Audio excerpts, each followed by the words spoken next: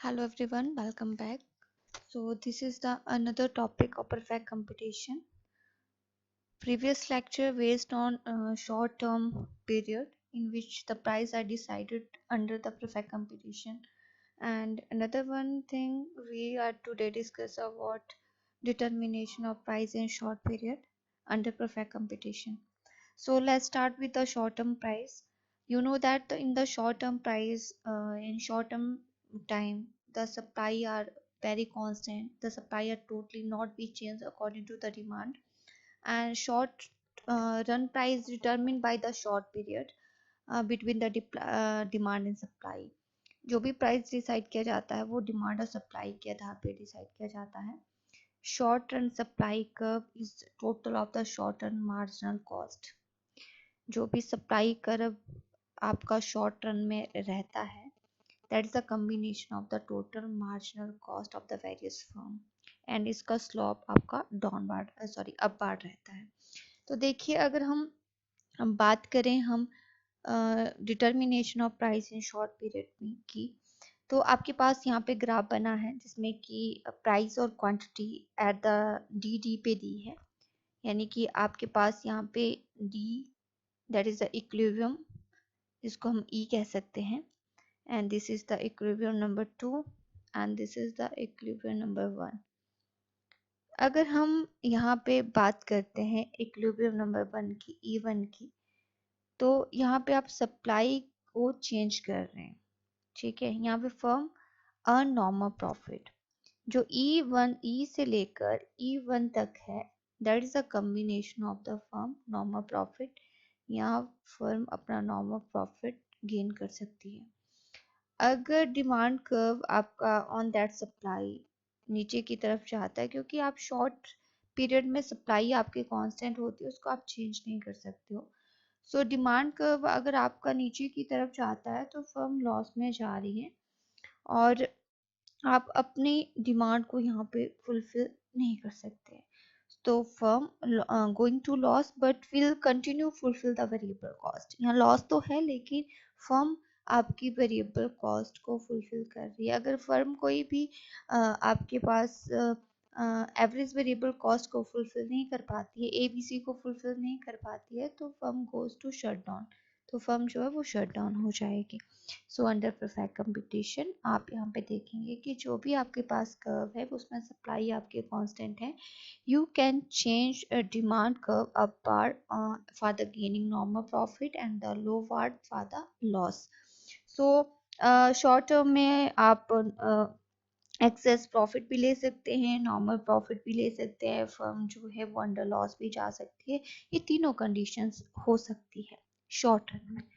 अब बात करते हैं हम लॉन्ग रन के बारे में, यानी कि price determination in long period. So long period एक ऐसा पीरियड होता है जिसमें आपकी सप्लाई कांस्टेंट नहीं होती है. आप सप्लाई को चेंज कर सकते हैं according to the demand, according to the production. So supply आप चेंज कर रहे हो. सो लॉन्ग पीरियड में कोई भी फर्म जो है they can not be earn the excess profit and the loss. They are only prefer to normal profit will occur. यानी कि लॉन्ग टर्म पीरियड्स में सिर्फ फर्म को नॉर्मल प्रॉफिट होगा. अगर हम सप्लाई की बात करते हैं तो लॉन्ग रन पीरियड में सप्लाई की 3 सिचुएशंस होती हैं. द फर्स्ट वन है supply curve of increasing cost industry. Second one है supply curve of constant cost of industry. Supply curve of decreasing cost of industry. तो यहाँ पे हम कॉस्ट की बात कर रहे हैं. आपको पता है कि अगर कॉस्ट ज़्यादा कब होती है, कॉस्ट ज़्यादा तब होगी जब हमारे फर्म के अंदर एक्सटर्नल डिसइकोनॉमिक्स बहुत ज़्यादा होती है. यानी कि हम अपने बेनिफिट को उठा नहीं पाते हैं, या तो इंटरनल डिसइकोनॉमिक्स हो सकती है. तो ऐसे बहुत से कॉजेस होते हैं जिसके कारण फर्म की कॉस्ट इंक्रीज हो जाती है. तो एक डायग्राम के थ्रू हम इसको समझेंगे. माना फॉर एग्जांपल हमने बात की कि जो भी परफेक्ट कंपटीशन है उस परफेक्ट कंपटीशन के आधार पे you can decide price by demand and supply. यानी डिमांड एंड सप्लाई के बिहाफ पे आज प्राइस को डिसाइड करते हैं. ओके आपके पास प्राइस डिसाइड किया जाता है. माना आपने क्या करना है, now you change to demand and supply curve, क्योंकि आपने डिमांड को चेंज करना है, आपको सप्लाई भी चेंज करनी पड़ेगी, तो डिमांड D1 हो जाएगा यहाँ पे, क्लियर, एंड आपके पास सप्लाई कर्व जो है वो S1 हो जाएगा।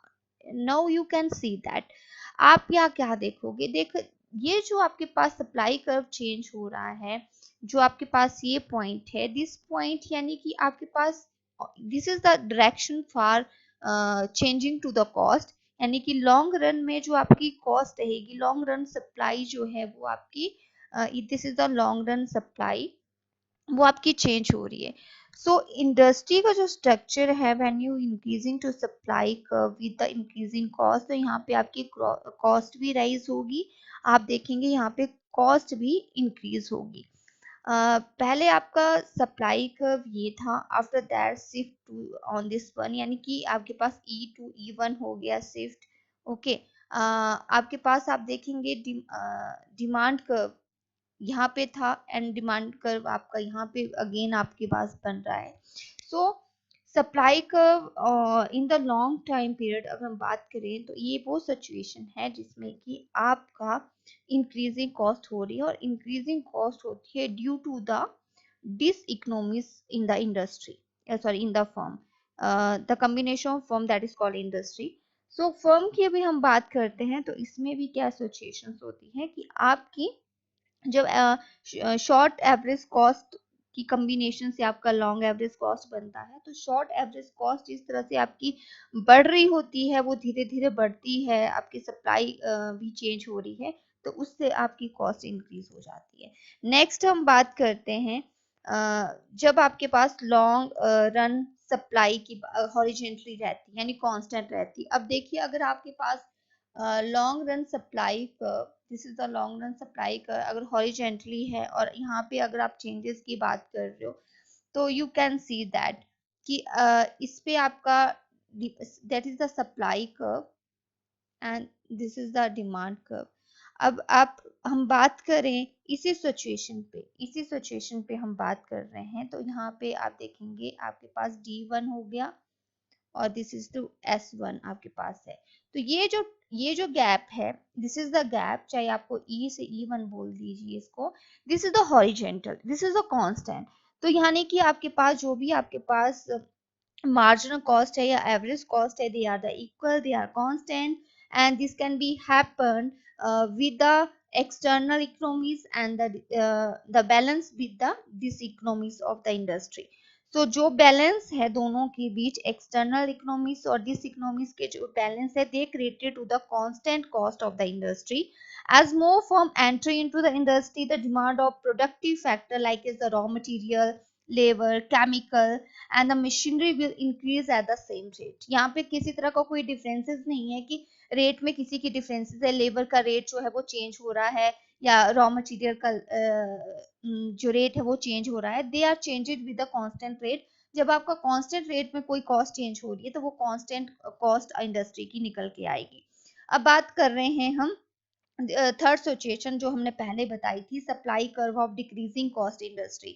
अब देखिए, डिक्रीजिंग कॉस्ट इंडस्ट्री कब होती है, जब आपके पास जो है आप एक्सटर्नल इकोनॉमिक्स का बहुत फायदा उठाते हो, यानी कि कंपनी में एक्सटर्नल डिसइकोनॉमिक्स कम है और एक्सटर्नल इकोनॉमिक्स ज्यादा है.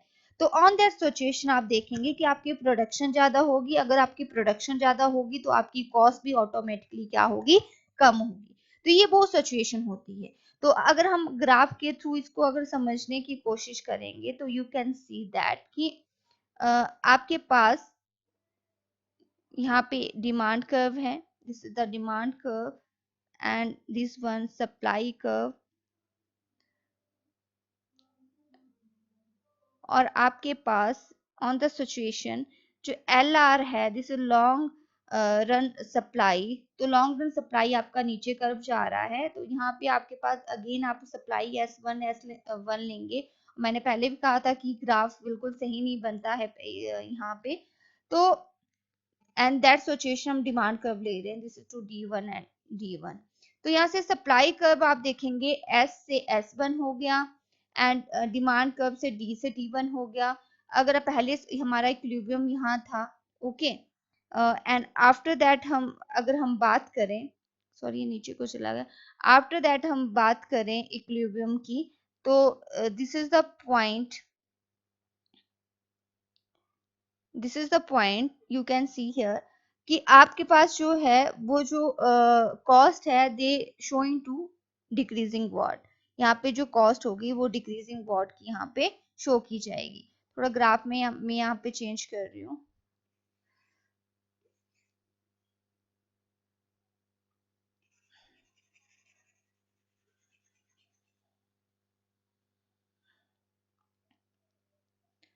बिकॉज ग्राफ यहाँ पे बिल्कुल क्लियर नहीं है। You can see here this is the supply curve and this one is a demand curve, and आपके पास लॉन्ग रन सप्लाई कर्व यहाँ पे है, और जो आप नेक्स्ट सप्लाई लेंगे this is the S1, so this is the equilibrium they can showing to downward, यानी कि यहाँ पे आपके पास जो है वो S1 to S, this is S2 S1 आपका डाउनवर्ड है, supply curve goes to D1।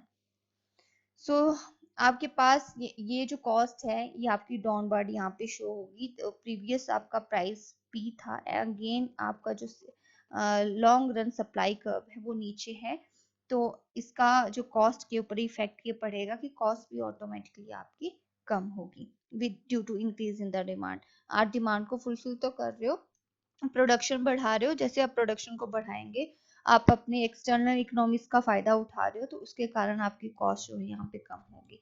तो this is the three situation under perfect competition, यानी सप्लाई ऑफ प्रोडक्ट अगर लॉन्ग पीरियड में आपको बढ़ाना है तो आपके पास तीन सिचुएशन हो सकती है कि सप्लाई कब जो है वो इंक्रीजिंग कॉस्ट ऑफ इंडस्ट्री के थ्रू हो रहा है, या कांस्टेंट कॉस्ट हो रही है उसमें, या डिक्रीजिंग कॉस्ट हो रही है। सो अगेन हम नेक्स्ट डिस्कस करेंगे परफेक्ट कंपटीशन के अंदर इक्विलिब्रियम के बारे में, कि फर्म ऑफ इंडस्ट्री में जो है वो किस तरह का इक्विलिब्रियम रहता है शॉर्ट टर्म और लॉन्ग टर्म में, इसको हम कल डिस्कस करेंगे। Thank you.